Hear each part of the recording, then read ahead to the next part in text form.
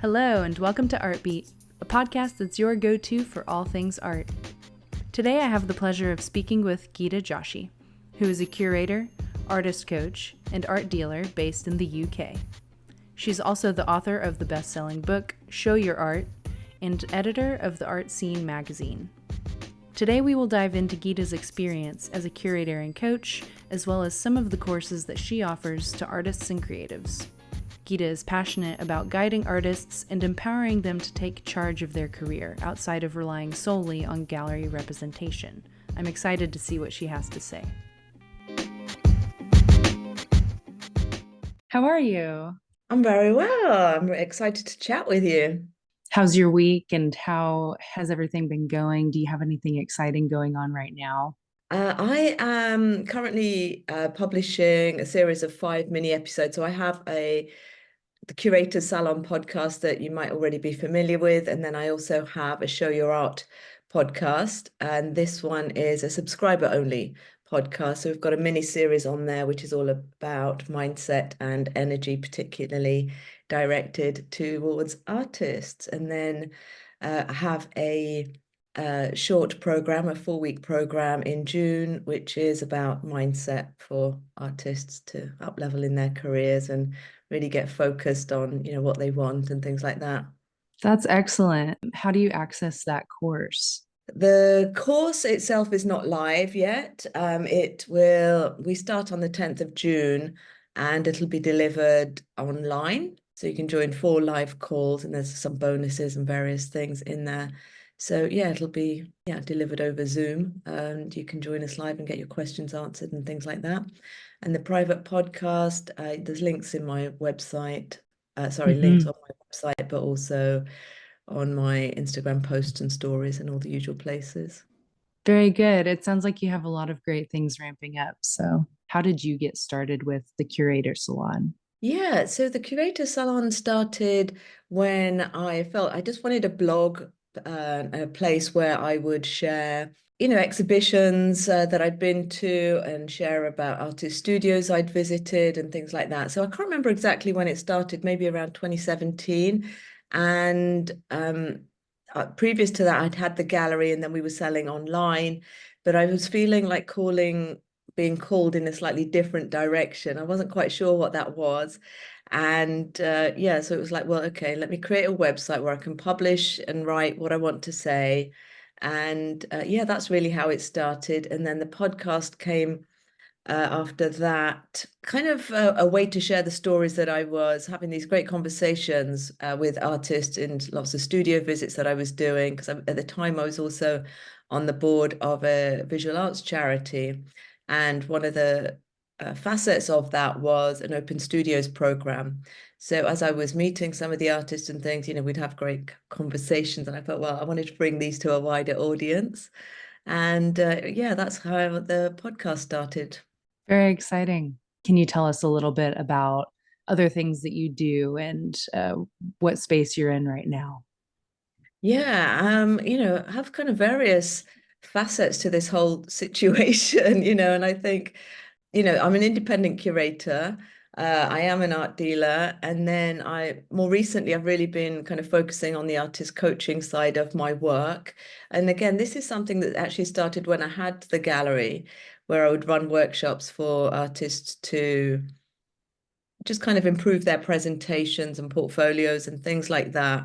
But the coaching now is more specific around career development, getting sales, finding their voice through their communication. So it's not like painting support or anything like that, but really focusing around the business side of, growing an independent practice or preparing to work with galleries and things like that.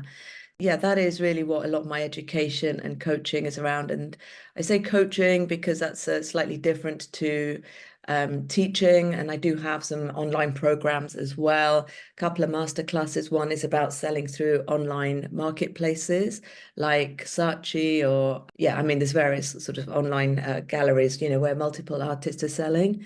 So really how to create a stronger presence on them to improve your digital presence.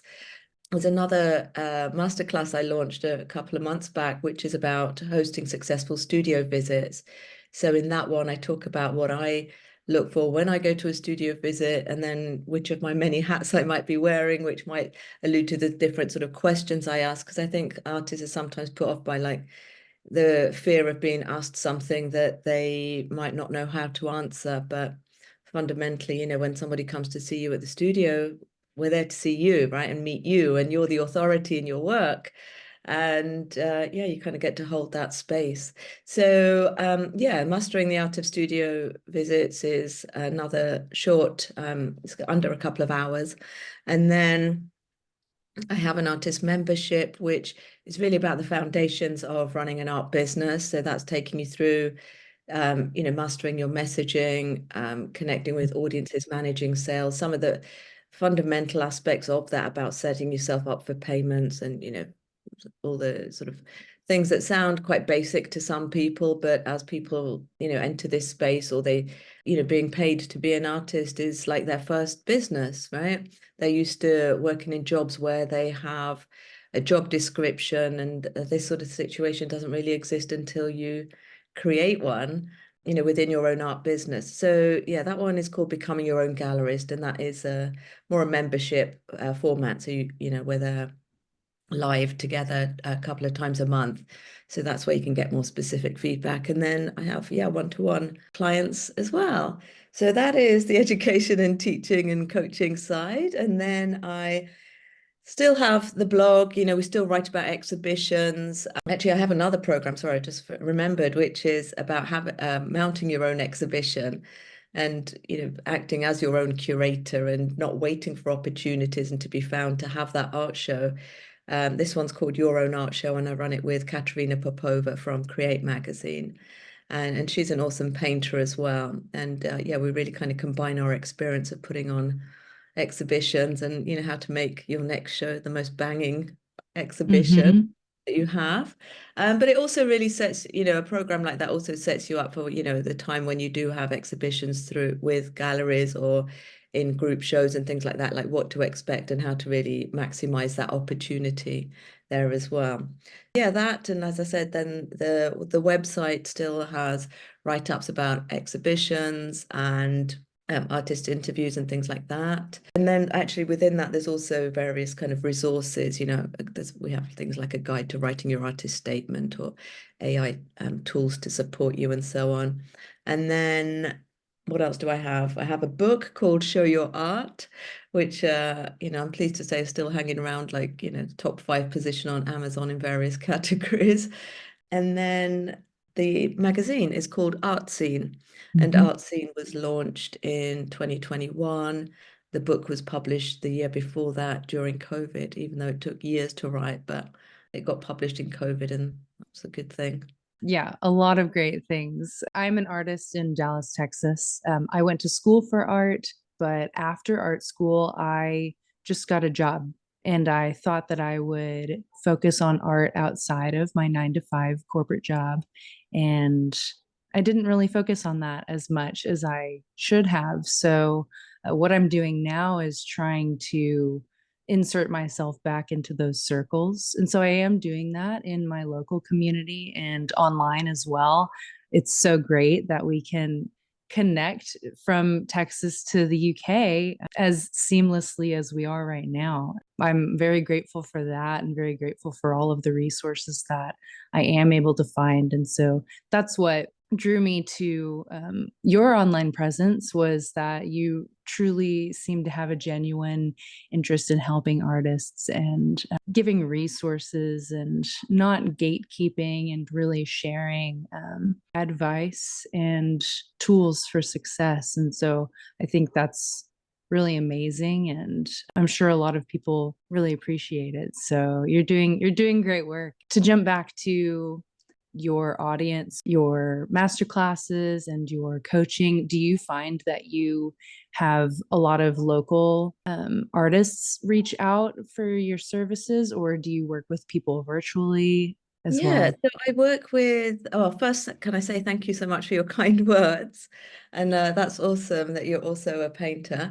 I work with artists all around the globe, actually. I have students in like Mexico, in Brazil, in California, all the way out to Japan, Singapore, the Philippines. So really, spanning all across the US, across Europe, in the UK, and across Africa as well, and Asia. I suppose Australia is really the place I haven't tapped. But I mean, I kind of my people find me organically, mostly through my social content. But yeah, no, I work with people around the globe really. And that's again, the same way that we're able to connect today, like being able to connect with people online and deliver, whether it's the classes or the one-to-one support through that is something I'm also really grateful for. One of the questions I get asked is around the market and how different it is if I'm in the UK, can I help an artist that's based in Chicago or something? Well, the market isn't actually that different, and especially at this entry level, you still need to get those fundamentals in place.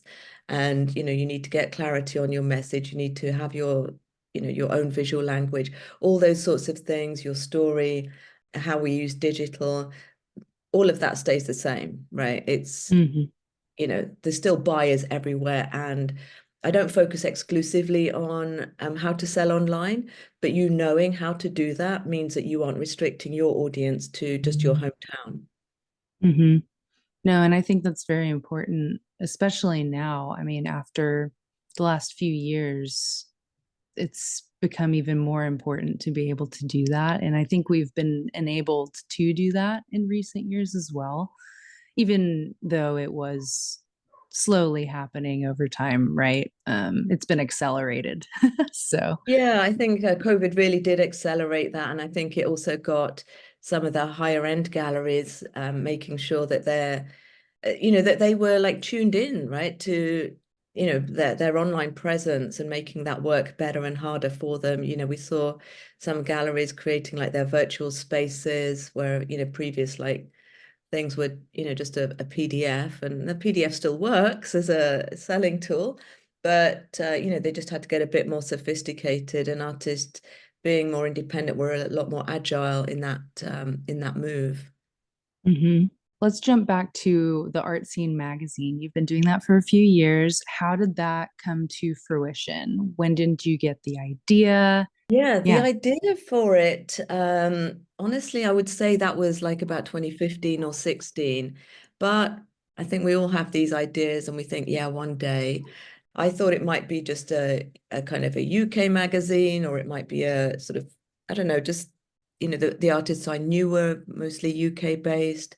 So, that idea formed in the framework of what I knew. And at the same time, I was kind of put off by it by not having advocacy from people I was around. And I want to mention that because, if you're stepping into an art career and you don't have other artists in your family or your friends network, you might hear things like, who are you to do that?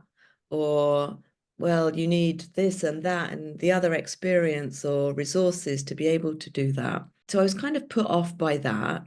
And then around, COVID 2020 was actually a pretty good year for me. I think with just more people being online and spending time, going back to their artwork where they, might have spent time commuting, even though they were working from home.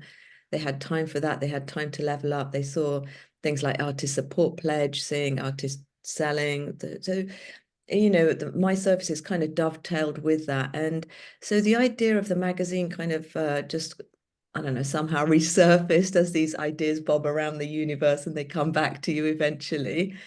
And I just felt a lot more like empowered and ready to actually make that happen. And of course, by now the vision for it was a little bit different. It would be international. It would be artist stories. It would be um, studio visits, all these sorts of things. And, given the people I knew now, things would be quite different. So it wasn't an idea that I held on to for that whole time. It was one that kind of came and went and sort of, slipped around my consciousness. And then, yeah, so then we launched in 2021. And and now it's a quarterly, and we've just published the 12th edition in May of 24 when we're recording this. Mm-hmm.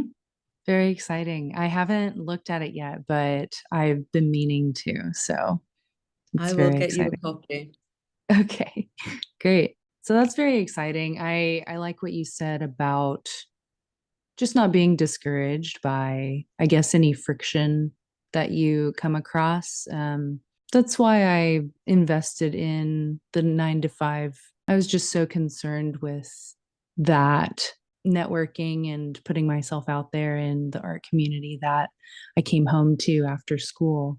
Um, I just didn't focus on it as much. It didn't seem as important. But now looking back, and especially now being more connected with people and being able to easily make connections and network and find a community of people that are supportive and do get it. I probably could have done it sooner, but everything happens for a reason. So I'm glad that I'm able to now. Yeah, that's amazing. No, I really do trust in the idea that, we do have to look after ourselves, right? And if that means going and getting another job or doing something else for a while, that's okay. It lets you be your own patron to some degree, right? You're paying for your materials, got a roof over your head. And that sense of feeling safe and secure is, I think it is really important. We live in a world where these things can't are not we don't take them for granted, right? We can see a lot of hardship out there, so it is a privilege to be an artist. And I think we shouldn't put pressure on ourselves to go full time on these things too soon. Now that's very much a personality thing. I know some people like to go all in, but I, a bit like you, kind of have a slightly more cautious approach to it, and have certainly done other work along the way and other project work and all sorts of things. And yeah, it's a pretty common story amongst people. And the way I see it now is really it's just about career transition. A lot of artists that I work with, especially my one-to-one clients, but also within my membership, they do have or have had other careers or other jobs other than being an artist. And so we just really just have to position ourselves as career transitioning. And I think if you have another job, then that's the time that you get to invest, right? You get to have that time on your weekend or whatever, having shows or making artwork or visiting places. You can take the programs or the courses or hire the support that you need, but you also get to learn what goes into it bit by bit.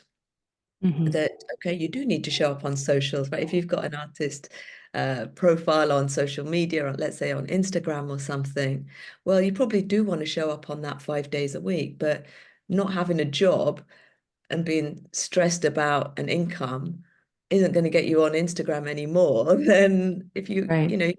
when you write your captions sitting on in your commute or something, that the mindset work that it takes to actually sell your art, there's a lot of resistance to that, which I think, a lot of artists just kind of want this gallery to come in and save them and that sort of thing. Well, those gallery relationships don't always last forever either. And again, this is why it's so important to have, build your own audience, build your own sales, build your own network, and then use that gallery as a collaborative effort. Yeah, and I think you just generally get to meet other people and like develop skills in whatever other job that you get to do as well. And all of that is going to be something that you can then, bring into your art business at the point that you are ready to whether go part-time, in your day job or, or pack it in all together and go full-time in your art business, whichever it is. Hmm. So was curation one of the first things that you did, like in the art space? Yeah, so I trained in art history originally. That was my degree. And then, like many people that do art history, it's like, what's the job that I love this. What does a job look like? And really, I only understood it to be like working in museums and institutions. And like you, I also needed to kind of get work. I worked for the Royal Fine Art Commission which was a UK organization sort of associated to government but independent of government back in the 90s. And then, but yeah, these museum jobs didn't really exist for as many graduates that were coming out of art school, basically. Mhm. They all seem to hire out of the same universities, and and then they kind of raise the bar a bit more and ask for masters and PhDs and all the things. So, I was kind of like, I didn't have an entry, and so I worked for the Royal Fine Art Commission. I worked for architects' practices. So kind of had a foot in design, I suppose, in that respect. And then I moved into financial services, which was, I don't know, it was an easier move, I suppose, and it paid well and all those sorts of things. And didn't really think too much about a career in art because I was still of the opinion that, well, you needed to, work in a museum and stuff. So I hadn't really paid that much attention to the contemporary art scene other than I would go to open studios sometimes. If they were happening near where I lived, I would go to lots of exhibitions. I would still do part-time classes, for example. But it wasn't until I took a curating program at Central St. Martin's that I realized that actually this was something that I could do and it would bring in business savvy, and it didn't need for me to be employed by somebody. With that as well, I could also do it on a, like, let's say part-time or ad hoc basis. I could have exhibitions when I chose to have an exhibition, or, something like that, rather than, I don't know, like pack it all in and kind of like just do this one thing. Because again, I was trying to figure out what that looked like because I didn't know other people that did it, that, like, I'm not an artist, and the other people that were on the program with me mostly were artists. So yeah, it was just really trying to figure all that out. And then I took a couple of business programs and then kind of figured out a way to, what that would look like for me, I suppose. I think that's really important to learn. And that's something that I'm learning and seeing a pattern in, especially now, post 2020. It seems like the frequency of people having multiple little things that they do to bring themselves closer to a creative career or industry. It seems more common, or at least I'm noticing it more, having multiple streams of income, diversifying the way that you work, and just looking at things differently. Because I think I can relate to what you said with art history, because I studied art history as well. And that's also what I thought. I thought I needed to be part of a specific gallery for curation, or if I wanted to do anything with a museum, there's only so many. Whenever I looked into getting an art related job after school, it was all internships, and most of them were unpaid, and it didn't seem like there was much to follow that. So I didn't know if it would actually lead anywhere, but the paycheck did deter me for sure, because I thought it needed to be 100% this or 100% that. So I think it's really important to think of it from a different angle, like you said. Yeah, I think the idea of, I think they're called portfolio careers, where we have all these sorts of projects and different things. They do happen quite organically. As you show your experience for one thing or you try something, you might kind of see that, I don't know, let's say you had an exhibition and you really enjoyed having that show. Well, maybe you make a relationship with that venue, and then, you go, okay, well, you want to have a group show there or something like that, right? And so these things can happen a bit organically, and then you decide, okay, well, you're going to have a show in that place twice a year. And so you kind of get some rhythm into it. So these things also take time. We can't always plan them out from the beginning. I think, I mean, it is true for a lot of artists. There's very few artists that I know that only do one thing, Hmm. like only make paintings and sell those paintings. Like, even if the umbrella of being an artist, right, they might be doing sort of other work, whether it's like hosting groups with people just to keep their and right, that intellectual, that critical thinking side going, do sort of a more design work, for businesses. there's things, but I think, bit by bit, you figure out like what things that you do enjoy doing, and you find that community that helps you and kind of get more involved and you have a bigger presence as you go about doing those sorts of projects. Mm-hmm. Is this something that you talk about in your masterclass? Oh, the masterclass is that we have two. There's one about selling through online marketplaces. So one is really about that, yeah, basically, how to optimize your profile, how to present your images, the descriptions and things like that. So it's a little bit techy and we have some SEO kind of things on there. So it's very niche. And then hosting studio visits. So that is really, how to prepare and then run as a successful studio visit and how to even get visitors to them. And then the sorts of conversations and how to steer them for creators, galleries, industry professionals, architects, and then also for media. So the kind of different buckets of interest that people might have. Some of those are business to business collaborations, and some of those are, you being the business selling directly to that buyer or collector, so as a consumer. So no, it's not really covered in any of the master classes. It's a little lower level than that. It's more specific. So that's good. I think a lot of people would be looking for that. That's usually the questions that I come up with whenever I'm looking into something or researching something is I want to double click on that and go deeper. And so I think With them being master classes, they're just quite intensive, single subject, right? So at the end of either of those things, you would know exactly what to do, and you've got very obvious and clear next steps. If studio visits or selling through the studio, in person, like at the studio, was a way you wanted to make sales, or if you felt like, okay, your next step was to like meet with more interiors people or industry professionals of, in the different capacities, then this one masterclass would like, okay, help you get that result. mm-hmm. The membership on your website, right? Yeah, that's right. And I can send you a link if you want to add it to the show notes. Mm-hmm. That'd be great. Masterclass, you have the magazine, Curator Salon, you're doing another private podcast. Um, is there something that's inspiring you lately specifically?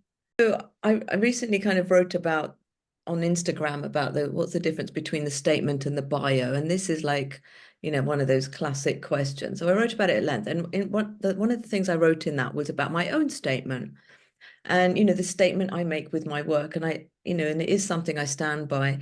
And it is about weaning artists off the need for galleries in a world where there are more artists than there are galleries, to be independent and understand what it takes to business, because without artists, there are no galleries.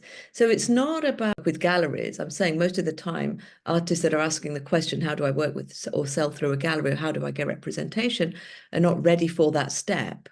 And my point is, like, you need to level up yourself first, build your audience, find your community, hone your visual language, get clear on what your message is, what you stand for.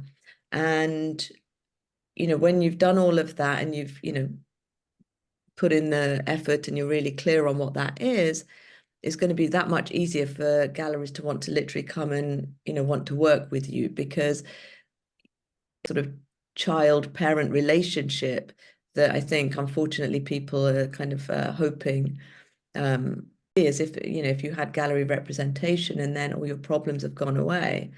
It's really about that. It's really, making art and arts, well, the art as a choice, for a career to be something that is viable. And, through my education and sort of various like that, there's a lot of resources there on how you can do that. Can work with galleries in a more supportive way, because the main reason people get rejected is because they're not step, right? They haven't proven themselves. They haven't shown that there's appetite in the marketplace for their work. But if you had gone and done that, it would be that much easier for a gallery to say, yeah, we really want to show your work. So that, and then of course, how not to get diddled by galleries and things like that, right? Because sadly, we keep hearing these stories. And again, it goes back to, well, you know, if you knew what it took to get that went into a business, or you knew what contracts looked like, then that might not have happened, or you would have been Hmm. more protected on, how to deal with this. I do actually have another program called Gallery Ready, which is for artists who have got sales under their belt and audience and all that sort of thing, of actually how to sell through and work with galleries. And, we've got contracts and things like that in there as well. So, vision of mine is kind of comes out in all the different ways. I help artists kind of become more visible through podcast interviews, through the magazine, through the publication, but then how they can help themselves as well through the education side there. Hmm. No, that's great. And I resonate with all of that, honestly. Just empowering yourself, right? Rather than Yeah. leaning on one pillar, it's a table with many legs, right? So, Yeah, exactly. yeah, so that you can stand on your own if that gallery relationship doesn't work out or by nature ends, because it wouldn't be forever. It wouldn't be a lifetime gallery representation, right? Most of the time. Yeah, that's right. They rarely are lifetime, and I think certainly for a lot of my audience, and I don't know what stage of career most of our listener base is here, but certainly for my audience, they're first or second gallery, and so that's the other thing, right? This term lot exclusivity unnecessarily, and things like that, which you need to be more of. I like sit here and criticize the gallery structure, but we unfortunately do hear a lot of horror stories. And you're thinking about your art career, it's like, okay, well, maybe you do have a gallery that takes you to various fairs, and you have another gallery that takes you to different fairs, or you have one in one town and another that reps you in a different country or a different state or something like that. So sorts of different ways, but it's also for you as the artist to figure out, well, how does that work? Does that require so much volume of work? Are there, I don't know, or something else that you can do? Yeah, there's all ways of cutting that kind of data, but it's very personal to the artist and how they like to work as well. Mm-hmm. Any advice to who are creating work, putting themselves out there on social media? Maybe they haven't worked with a gallery, maybe they're not interested, or maybe they don't even know if that's what they need. Good things for those artists to focus on if they're. They think about like what you want to do next, and think about like the next 2 or 3 steps ahead. So, if you're making a body of work, you need to think about having an exhibition, especially if you haven't got a strong, ripe and ready audience, right, ready to buy them. So if think about an exhibition, and you can do some research into who else is having exhibitions in your local area, which venues are open to artists exhibiting their work. And inside your own art show, we talk about finding free venues as well. They can be project spaces, it can be other businesses or something like that that host exhibitions. So kind of just being aware of what that would look like. You are in the process of making work, it's always a good idea to take as many photographs as you can, even if you're not sharing them in real time on your things like that. Material, where you've taken photographs of work in progress, is really good stuff to share at the point that you are also then launching that body of work. Look at art fairs as well, or at least take some time to visit art fairs if there are any near you, and see how that resonates with you. Is that something that you might like to do as well? So something that we say about in the exhibitions program, though I say everywhere on socials, is, what you want your exhibition to do for you, and sort of think a couple of steps ahead as well. So, like, well, okay, if you have that exhibition, does that mean that you're able to invite, I don't know, industry professionals, your own collector base? Like, what are the sorts of outcomes that would be good for you there? Is this the opportunity to have a sellout show and really go hard and make it known that, the work is for sale? And I don't know, fit or something for people to come to opening night and things like that. But usually a great opportunity for networking. It's a great opportunity to get some media attention on your exhibition. And that's great. And similar, like if if you were looking at like media attention again, you want to make sure that it's not just like, look, mum, I'm in the paper, right? You're going to do something with that. You've got your existing audience, your mailing list that you need to be building all the time. Like at least let them know, right? Because they're going to also be really proud of you. That strategically to like, again, if selling art is something that you want to do, then again, your audience and things like that know about the press coverage you've got and this media attention you're getting, and leveraging that to help you get sales as well. So if you get in one bit of media, you can usually leverage that and piggyback off that to like get more media attention as well.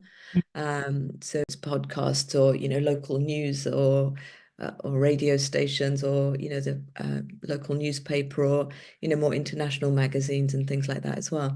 So yeah, just I think think a few steps ahead as well. What are the things that you would like to do? And I think just take a create board or take to your journal and go like, what would be really, what's a really juicy thing that I would like to achieve with my art. Make sure it's very personal for you rather than what you think you should be doing, just because you saw somebody, I don't know, or award or something like that, and it feels very that they did that. Is that something that you would like, or would your pursuit of a similar, I don't know, getting that same funding next year, for example, or winning a prize like that next year, is that feeling like you're just doing it because it's expected of you? So finding your personal kind of path through it. And then yeah, just take a really broad view on a lot of things, things like competitions, publications, funding, if they're locally. Local's always a great place to start, but do kind of widen your focus to like where are these things available further afield as well. Mm-hmm. That's nice. About an artist or a creative career looking like many different things, many, many different things. So, would you say that there's a common factor in defining success for a creative person or an artist? It is really personal for people. Help if to this and you're an artist that you spend a bit of time playing with that idea. What is it, right? There's not a deadline that you need to submit your homework to me and tell me the answer, but it's important for you to help you navigate what it look like. If you do want hours in the studio, then that's a certain sort of lifestyle that goes with that, and that might mean that you need to sell a certain volume of work, and that is also going to cover costs for you to administrative support or hire a studio assistant or something like that. So I don't think there's any single way. I think for most people being able to make a living is enough, but I feel like people also need to aim bigger than that as well. Like it's all well and good making a living, but wouldn't it be great if you could actually then maybe travel a bit with it and go and see shows further afield? I don't know, there's always, there's all the big fairs and things like that that happen. There's the biennales that happen around the world. So, factoring in like these sort of other experiences that you would like to have. And, you can go as a visitor, and yeah, you might even have dreams to show at these places one day, and that's cool too.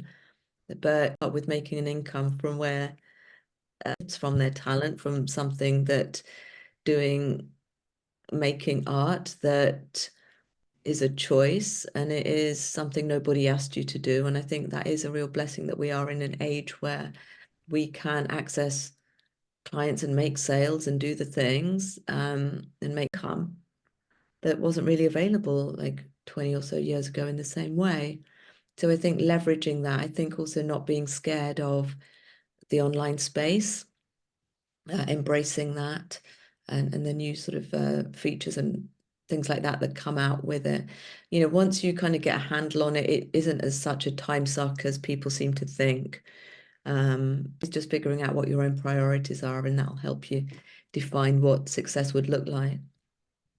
Neglected or forgotten part, though I have touched on it in different ways, is mindset, resilient mindset, getting build if you get it, let's say you apply to an open call and you didn't make it, you apply to an art fair and you didn't make it, a fund, whatever, that kind of rejection, like a knockback. So I think just, building that resilience, knowing that this is just, part of the story, it's part of the journey, and it gets to get better. You get to get more specific and define what it is that you want. And I think also the company you keep, finding your community of people that are supportive of what you want to do, what you want to achieve. Yeah, that inner work, I think, is really important. A lot of artists already have a spiritual side with like their creative energies, right? The creative, that state of flow, right? There's something very transcendental about that. So, just using this strategically to, help you get to where you want to go, because that is one of the defining differences between the artists who embody success and the ones who are kind of settling for bootleg versions of their goals. Mm-hmm. And you're talking about mindset in your private podcast, right? Yeah, that's right. Yes, we are. Yeah. So it's a free subscription, but you just have to subscribe to be able to access it on iTunes and the usual places. But I will send you a link to that where your listeners can subscribe if they choose. Perfect. On Instagram, I want to make sure and then Art Scene Magazine has its own account, which is at Art Scene Magazine. The website is thecuratorsalon.com, which is where you'll find links to everything else. You can navigate to the tab there called more magazine information, or a bit called For Artists, which is various resources and things like that we have. And there's another tab on there called Programs if you wanted to look around some of the available training. Thank you so much. It's been such a joy. I've really appreciated our conversation. Thank you for your time. Thank you so much for having me. It's a pleasure to be here. Yeah, and